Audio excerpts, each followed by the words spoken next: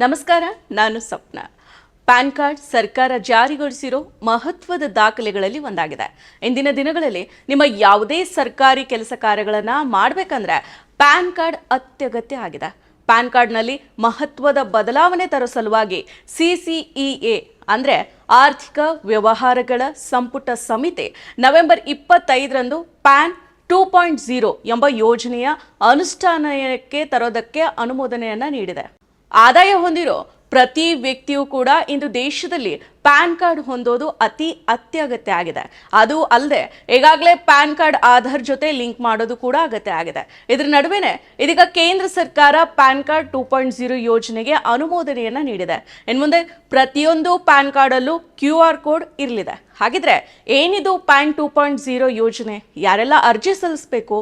QR code ಇಲ್ಲದೆ PAN ಹೊಂದಿರೋರು update ಮಾಡ್ಕೊಳ್ಳೋದು ಹೇಗೆ? ಹೀಗೆ ಈ ಎಲ್ಲ ವಿಚಾರಗಳ ಬಗ್ಗೆ ಈ ವಿಡಿಯೋದಲ್ಲಿ ನಿಮಗೆ ತಿಳಿಸ್ಕೊಡ್ತೀನಿ. ಅದಕ್ಕೂ ಮೊದಲು ನೀವು ನಮ್ಮ ಈ ದಿನ ಯೂಟ್ಯೂಬ್ ಚಾನಲ್ಗೆ ಸಬ್ಸ್ಕ್ರೈಬ್ ಆಗಿಲ್ವಾದ್ರೆ ಕೂಡಲೇ ಸಬ್ಸ್ಕ್ರೈಬ್ ಆಗಿ ನಮ್ಮ ಪ್ರತಿ ವಿಡಿಯೋಗಳ ನೋಟಿಫಿಕೇಶನ್ಗಾಗಿ ಪಕ್ಕದಲ್ಲೇ ಇರೋ ಬೆಲ್ ಬಟನ್ ಅನ್ನು ಕ್ಲಿಕ್ ಮಾಡಿ. ಆರ್ಥಿಕ ವ್ಯವಹಾರಗಳ ಸಂಪುಟ ಸಮಿತಿ ನವೆಂಬರ್ 25ರಂದು ಪ್ಯಾನ್ 2.0 ಅನ್ನ ಅನುಮೋದಿಸಿದೆ. ತೆರಿಗೆದಾರರಿಗೆ ಆಗೋ ಅನುಕೂಲವನ್ನ ಸುಧಾರಿಸೋ ನಿಟ್ಟಿನಲ್ಲಿ ಪ್ಯಾನ್ ವ್ಯವಸ್ಥೆಯನ್ನ ಕೂಲಂಕುಷವಾಗಿ ಪರಿಶೀಲಿಸೋ ಗುರಿಯನ್ನ ಈ ಯೋಜನೆ ಹೊಂದಿದೆ. ಇದಕ್ಕೆ ಸರ್ಕಾರ 1435 ಕೋಟಿ ರೂಪಾಯಿಯನ್ನ ನಿಗದಿಪಡಿಸಿದೆ. ಈ ನಡುವೆ ಹೆಚ್ಚು ಸುರಕ್ಷಿತವಾದ QR ಕೋಡ್ ಅನ್ನ ಹೊಂದಿರೋ ಪ್ಯಾನ್ ಕಾರ್ಡ್ ಸುಧಾರಿತ ಆವೃತ್ತಿಯನ್ನ ತರೋದಾಗಿ ಕೇಂದ್ರ ಸರ್ಕಾರ ಇತ್ತೀಚೆಗೆ ಪ್ರಕಟ ಮಾಡಿದೆ. ಪ್ಯಾನ್ ಕಾರ್ಡ್ ಮೇಲೆ QR ಕೋಡ್ ಅನ್ನ 2017 ಮತ್ತು 18ರಲ್ಲೇ ಪರಿಚಯ ಮಾಡಾಗಿತ್ತು. ಆದ್ರೂ ಕೂಡ ಹೆಚ್ಚಿನವರು ಈ ಕೋಡ್ ಇಲ್ಲದ ಹಳೆಯ ಪ್ಯಾನ್ಗಳನ್ನೇ ಬಳಸ್ತಾ ಇದ್ದಾರೆ. ಅಧಿಕೃತವಾಗಿ ಪ್ಯಾನ್ 2.0 ಚಾಲನೆಗೆ ಕೆಲವೇ ತಿಂಗಳುಗಳು ಬಾಕಿ ಇದೆ. ಈ ಪ್ಯಾನ್ 2.0 ಅನ್ನೋದು ಶಾಶ್ವತ ಖಾತೆ ಸಂಖ್ಯೆ ವ್ಯವಸ್ಥೆಯ ಅಪ್ಡೇಟ್ ಆಗಿದೆ. ತೆರಿಗೆದಾರರಿಗೆ ತಡೆರಹಿತ ಡಿಜಿಟಲ್ ಸೇವೆ ನೀಡೋ ಗುರಿಯನ್ನ ಹೊಂದಿದೆ. ಪ್ಯಾನ್ ಕಾರ್ಡ್ ಅನ್ನ ಡಿಜಿಟಲೀಕರಣಗೊಳಿಸೋ ಕಾಗದರಹಿತ ವ್ಯವಸ್ಥೆಗೆ ಒಗ್ಗಿಕೊಳ್ಳೋ ಯೋಜನೆ ಇದಾಗಿದೆ. ಇದು ಸರ್ಕಾರದ ಡಿಜಿಟಲ್ ಇಂಡಿಯಾ ಕಾರ್ಯಕ್ರಮದ ಭಾಗ ಅಂತ ಸರ್ಕಾರ ಹೇಳ್ಕೊಂಡಿದೆ. ಡೇಟಾ ರಕ್ಷಣೆಗೆ ಸೈಬರ್ ಸುರಕ್ಷತೆಯೂ ಕೂಡ ಇದೆ ಅಂತ ಹೇಳ್ಕೊಂಡಿದೆ. ಇನ್ನು QR ಕೋಡ್ನೊಂದಿಗೆ ಹೊಸ ಪ್ಯಾನ್ 1.0ಗೆ ಹೇಗೆ ಅರ್ಜಿ ಸಲ್ಲಿಸಬೇಕು ಅನ್ನೋ ಮಾಹಿತಿಯನ್ನ ಈ ವಿಡಿಯೋದಲ್ಲಿ ತಿಳಿಸ್ಕೊಡ್ತೀನಿ. QR ಕೋಡ್ ಇರೋ ಸುಧಾರಿತ ಪ್ಯಾನ್ 1.0ಗೆ ಅರ್ಜಿ ಸಲ್ಲಿಸೋದಕ್ಕೆ ಪ್ಯಾನ್ ವಿವರಗಳು, ಫೋನ್ ನಂಬರ್ ಮತ್ತು ಆ ನಿರ್ದಿಷ್ಟ ಪಾಸ್ ಜೊತೆಗೆ ಜೋಡಣೆಗೊಂಡಿರೋ ಇಮೇಲ್ ID ಅತ್ಯಗತ್ಯ ಆಗಿರುತ್ತೆ. ಅಪ್ಲಿಕೇಶನ್ನ ಮೂಲವನ್ನ ಅವಲಂಬಿಸಿ NSDL ಅಥವಾ UTIITSL ಮೂಲಕ ಅರ್ಜಿಯನ್ನು ಸಲ್ಲಿಸಬೇಕಾಗತ್ತೆ. ಬಳಕೆದಾರರು QR ಕೋಡ್ನೊಂದಿಗೆ ಈ ಪ್ಯಾನ್ ಮಾತ್ರ ಅಥವಾ ಭೌತಿಕ ಪ್ಯಾನ್ ಪಡೆಯೋ ಆಯ್ಕೆಯನ್ನು ಹೊಂದಿರ್ತಾರೆ.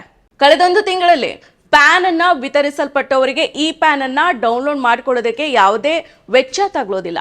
ಹಳೆಯ ಪ್ಯಾನ್ಗಳನ್ನ ಹೊಂದಿರೋರು QR ಕೋಡ್ ಇರೋ ಪ್ಯಾನ್ ಅನ್ನ ಪಡೆಯೋದಕ್ಕೆ ₹8.26 ಪಾವತಿ ಮಾಡಬೇಕಾಗತ್ತೆ.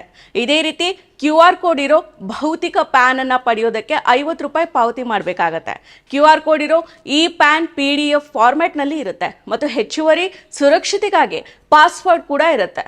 ಇನ್ನು ಪ್ಯಾನ್ಗಾಗಿ ನಿಮ್ಮ ಅಪ್ಲಿಕೇಶನ್ ಮೂಲದ ಬಗ್ಗೆ ನಿಮಗೆ ಖಚಿತ ಇಲ್ಲದೆ ಇದ್ರೆ NSDL ಅಥವಾ UTIITSL ವೆಬ್ಸೈಟ್ಗೆ ತೆರಳಿ ಪ್ರಾಥಮಿಕ ವಿವರಗಳನ್ನು ನಮೂದಿಸಬೇಕಾಗತ್ತೆ. ಸೈಟ್ ನಿಮ್ಮನ್ನ ನೀವು QR ಕೋಡ್ ಇರೋ ಈ ಪ್ಯಾನ್ ಅಥವಾ ಪ್ಯಾನ್ ಪಡೆಯಬಹುದಾದ ನಿರ್ದಿಷ್ಟ ಮೂಲಕ್ಕೆ ಮರು ನಿರ್ದೇಶನ ಮಾಡುತ್ತೆ. ಇನ್ನು ವಿತ್ತ ಸಚಿವಾಲಯದ ಪ್ರಕಾರ QR ಕೋಡ್ ಸ್ಕ್ಯಾನರ್ ಪ್ಯಾನ್ ಹೊಂದಿರೋರ ಭಾವಚಿತ್ರ, ಸಹಿ, ಹೆಸರು ಮತ್ತು ಪೋಷಕರ ಹೆಸರು ಮತ್ತು ಜನ್ಮ ದಿನಾಂಕವನ್ನ ಪರಿಶೀಲನೆ ಮಾಡುತ್ತೆ. ಇದರಿಂದ ಭೌತಿಕ ಪ್ಯಾನ್ ಕಾರ್ಡ್ ಅಲ್ಲಿರೋ ಮಾಹಿತಿಗಳನ್ನ ದೃಢೀಕರಿಸುವುದು ಹೆಚ್ಚು ಸುಲಭ ಆಗುತ್ತೆ. QR ಕೋಡ್ ಹೊಂದಿರದ ನಿಮ್ಮ ಹಾಲಿ ಪ್ಯಾನ್ ಕಾರ್ಡ್ನ ಮಾನ್ಯತೆ ಮುಂದುವರಿಯುತ್ತೆ.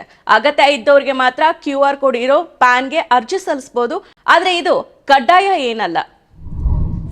ಮತ್ತಷ್ಟು ವಿಶೇಷ ವಿಡಿಯೋಗಳನ್ನು ನೋಡಲು ಮತ್ತು ಹೊಸ ವಿಡಿಯೋಗಳ ಬಗ್ಗೆ ತಿಳಿಯಲು EDina.com ಯೂಟ್ಯೂಬ್ ಚಾನೆಲ್ ಸಬ್ಸ್ಕ್ರೈಬ್ ಮಾಡಿ ಮತ್ತು ಬೆಲ್ ಐಕಾನ್ ಕ್ಲಿಕ್ ಮಾಡಿ.